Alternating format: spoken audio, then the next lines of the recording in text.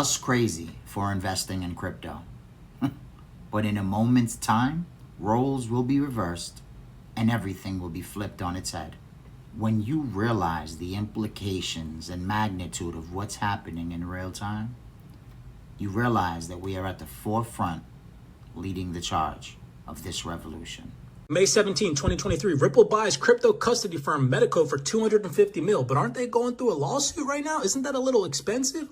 They got racks to play around with. Check this out. Brad Garlinghouse goes on to say, by focusing on the infrastructure, you're not really subject to the same gyrations of the crypto winters. He said, what's coming? What's coming? The purge, regulatory frameworks. If ultimately you are solving a clear problem at scale for these customers, there's going to be demand there, right? What do we know? Medico is a what? The institutional standard for digital asset services, all while at the same time. What dropped on the same day, May 17th? What are we seeing? Crypto should be regulated as gambling, UK lawmakers say. Well, those UK lawmakers just dropped this right here, okay? House of Commons Treasury Committee regulating crypto, 10th of May, 2023.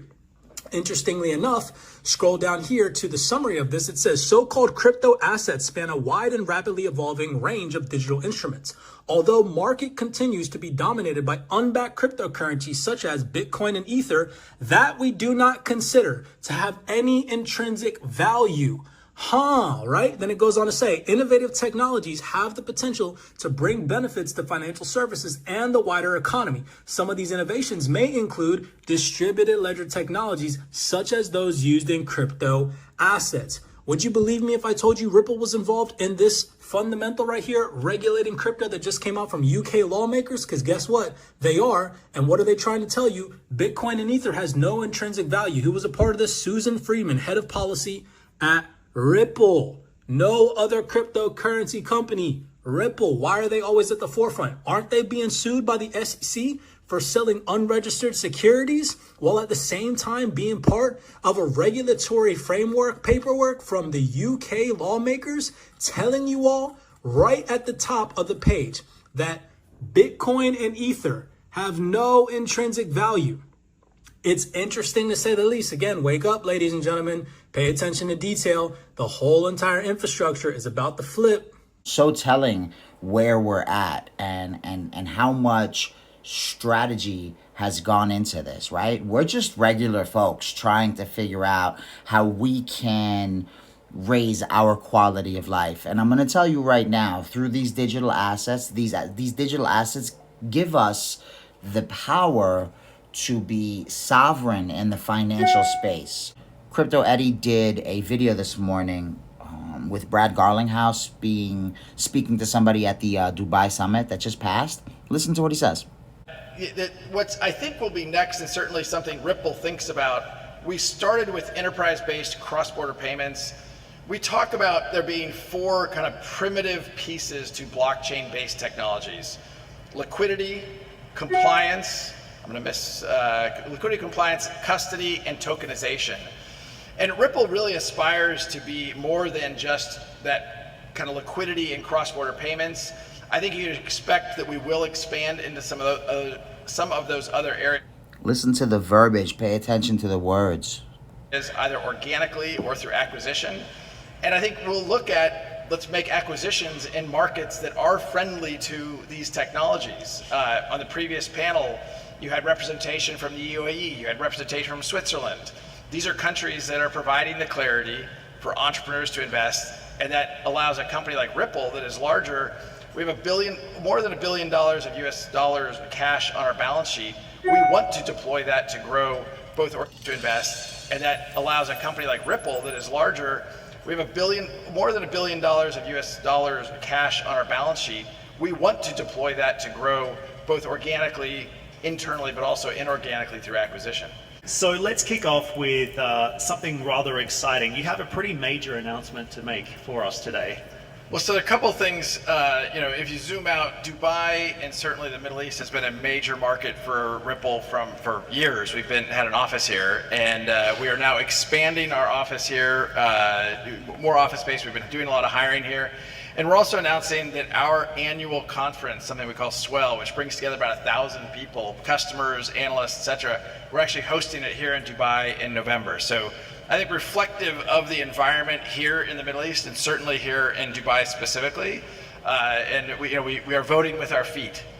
Voting with your feet. Okay, I think that deserves a round of applause, ladies and gentlemen. We are voting with our feet.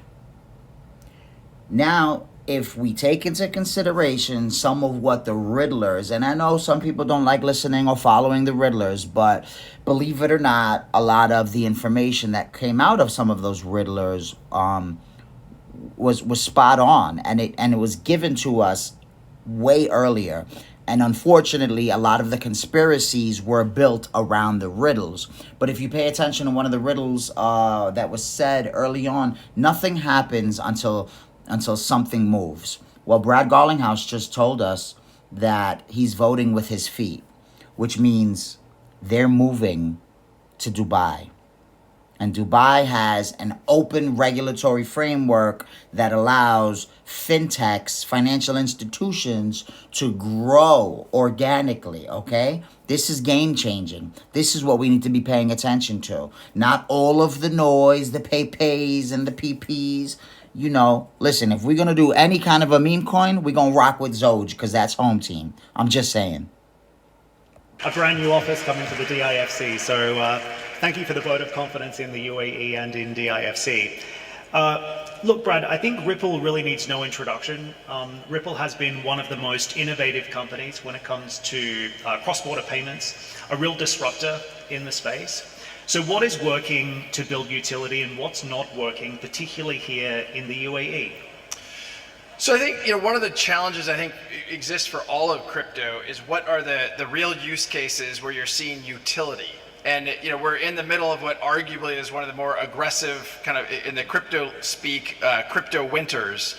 And I think it brings to the fore the need to focus on what problems are we solving. Like if it's just an industry built on speculation, that's not sustainable. And I think what we are seeing at Ripple is our focus from the earliest days on solving a real problem for real customers. And instead of a technology in search of a problem, we started with what is the problem around cross-border payments. And historically, cross-border payments have been slow, they've been expensive, they've been error-prone.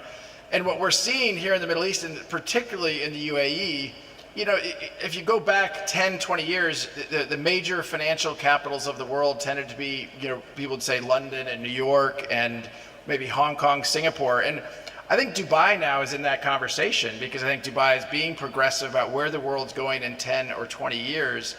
And I certainly believe, and I think many people probably in this audience agree, that blockchain technologies really are the underpinning of a next generation of financial services. And seeing the UAE and seeing Dubai lean into that, I think is going to serve this region and certainly this local region very well. Okay. I'm telling you right now, these protocols, right, utility-based, meaning something that can be implemented, right? Like they have a use case. If they can be implemented in real time, what does that mean? That means that these protocols, XRP, XLM, XDC, HBAR, Algo, Quants, there are several others, forgive me for not mentioning them, but if you've been in this space for a while, these are all going to be winners. They're going to be designated as systemically important. They're going to be designated as systemically important. And any one of us as regular folks who've been paying attention to what's moving the needle forward and in which direction this space is moving, whether it happens in another country or not, by owning these assets, we own the real estate in the digital landscape. And it's only a matter of time before we, as regular folks, enter into a new tax bracket, so to speak. Now, there are a lot of people that think there's going to be some kind of a switch flipped and taxes are going away and the IRS is going away and Nasara Jassara's going to reign supreme. Well, look, our job is to follow what's really happening and pay attention to what's tangible. And this is tangible. So we continue to accumulate, not financial advice, of course. We continue to accumulate these layer 0, layer 1, and layer 2 digital assets that are utility based with use cases, and we will be the winners. Then we could take that money and do whatever we want as far as humanitarian aspects go. I'm just saying, this is a game plan that we should be following, not the hopium that we've all been hoodwinked on, because me too, I myself was hoodwinked last year and lost some, a significant amount of money following the narratives. I'm telling you, our job should be follow what's tangible, see who's doing what, and we put the little bit of money that we have into these protocols. We make sure we don't use hardware wallets that have issues. And we know that as of late, what's been happening with Ledger, I last year moved to the Descent. I love the Descent. I love the biometric. It's awesome. It works great. And it's a great place for storage of these digital assets. And technically, you're not storing the digital assets. You're basically, what these are digital safety boxes, right? It's basically your gateway onto that ledger. So it's your secret phrase to get onto that ledger where your assets are stored. A lot of people get that confused. They think the assets are actually in the hardware wallet. No, that's not what it is. It's basically your gateway into where your assets are stored on that particular ledger. And so what's your message to the SEC chair as you sit here in the UAE and in Dubai announcing an expansion of your business to this region, given the state of regulation in the United States right now? Who? No, I'm kidding. All right, so look, we were talking about... That should say right there, that should tell you how much they're not concerned. Because although the United States is, the markets in the United States are prime markets, they are, creme de la creme, they are the top of the food chain. Obviously, Ripple has no issue going into other jurisdictions, other countries, and setting up their foundation. Right? I don't know. I'm not a fortune teller. I'm not going to call how this thing is going to go. But if we follow the truth in what's happening, then we will be winners. We're going to be winners. This a little bit earlier. I find it as a company that started in the United States, and as someone who's a U.S. citizen, it's sad. Like, I have sadness about this.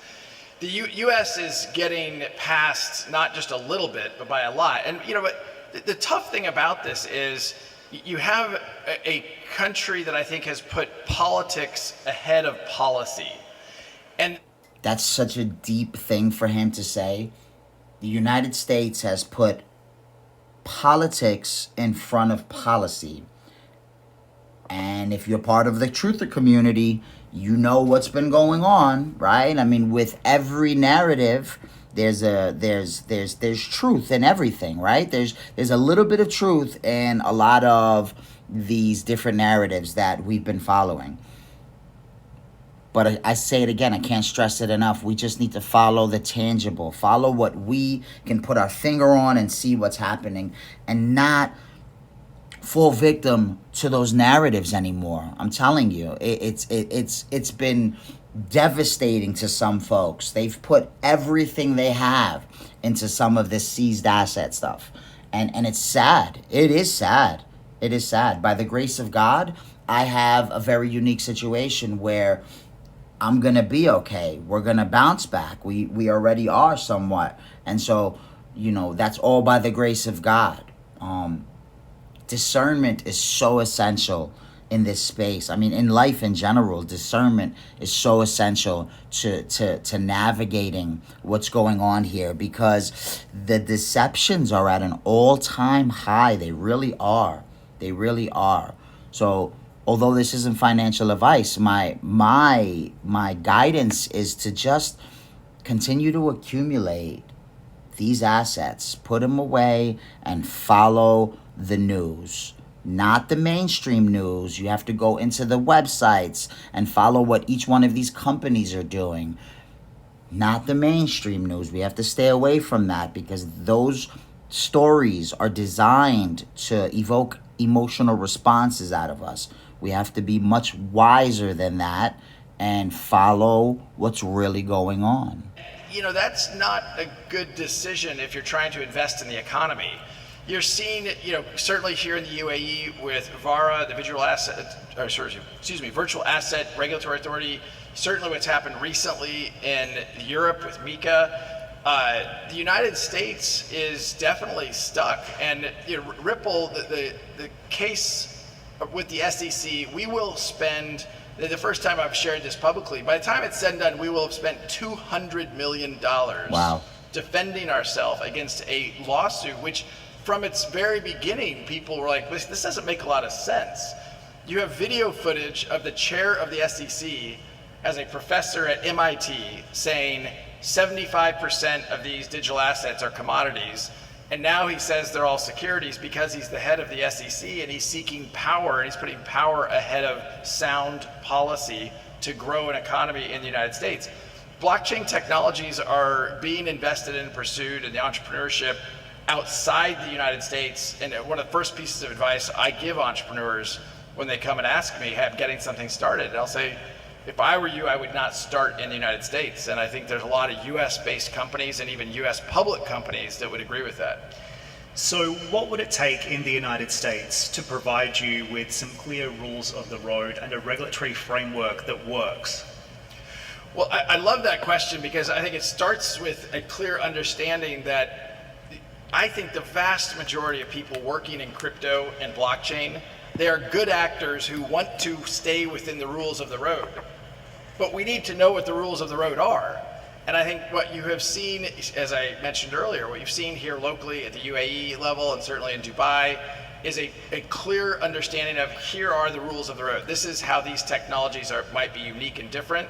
Here are the rules. And so now entrepreneurs and capital can invest to build those solutions, and again, focusing on real utility, focusing on solving problems, taking friction out of financial transactions and building a more inclusive financial environment is going to be a part of a blockchain-based financial system.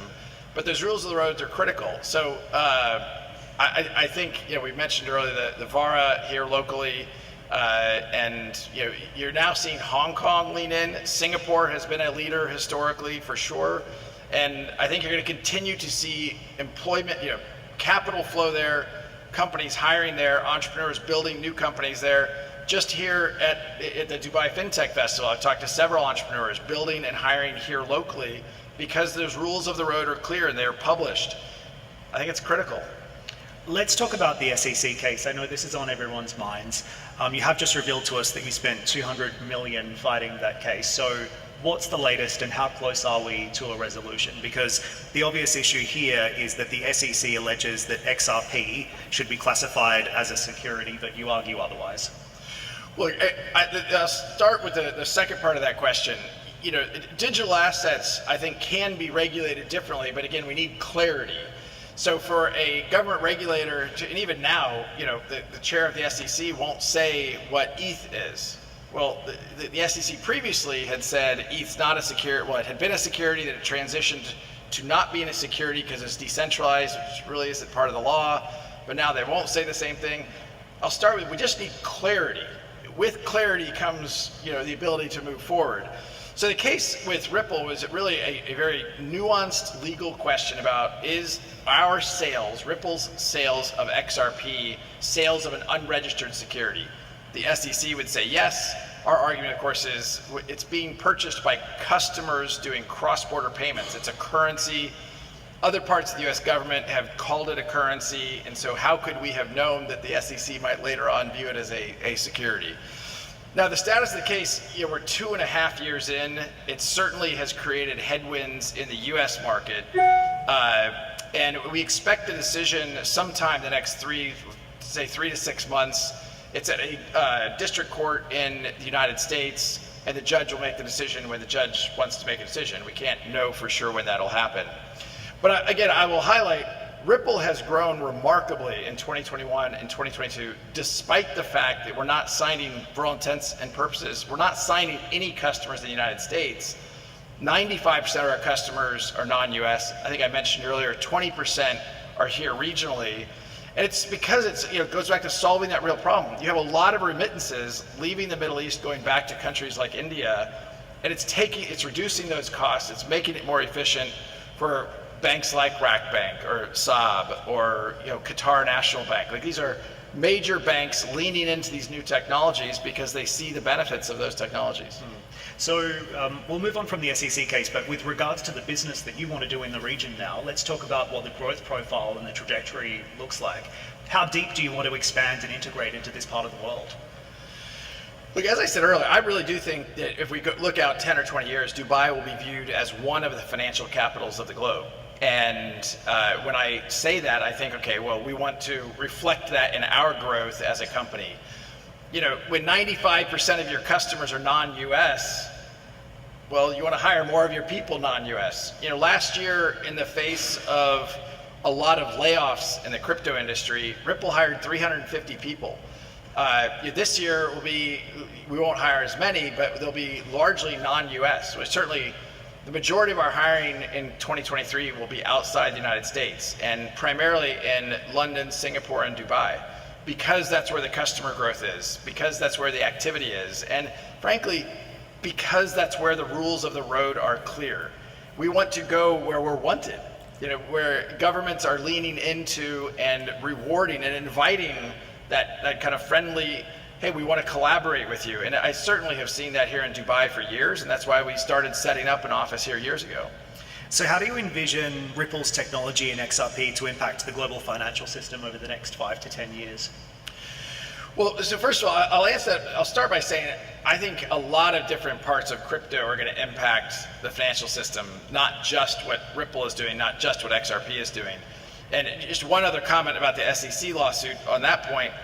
We said at the beginning, 2.5 years ago, that this wasn't just a lawsuit about Ripple and XRP. It was a lawsuit about how the US SEC was really going after the whole industry. And we have seen that now play out with lawsuits or threatened lawsuits against Coinbase, Paxos. There's a whole bunch of players that are obviously facing that.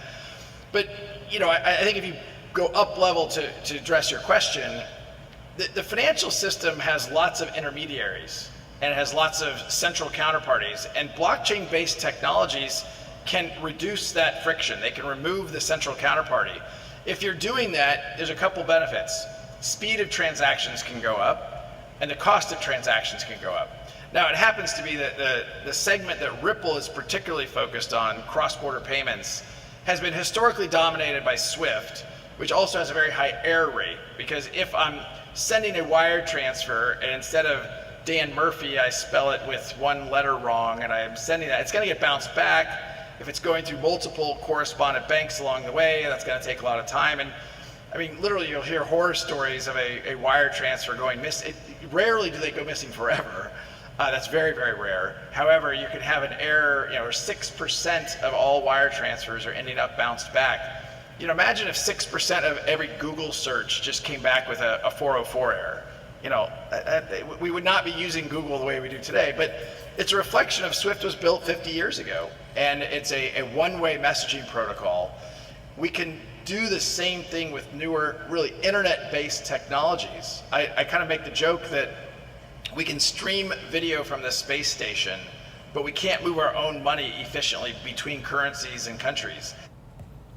The system is antiquated, and you just heard it from Brad Garlinghouse's mouth. What's about to happen is the entire system is going to be upgraded. And so all of these different blockchain technologies, each one playing their different role, will all be interoperable through the messaging standard, the ISO compliance standard, right? The ISO 20022. That means every one of these networks can now talk to each other with a standard language. And so any one of these that have a utility and a use case that can be implemented right now, you see XRP, Ripple is not called the Internet of Value. They haven't been, they've been calling it the Internet of Value for a long time. And so right before our eyes, this is being built. That's why it's our duty to shy away from the narratives and just follow the tangible. Peace and blessings. I'll see you on the next one.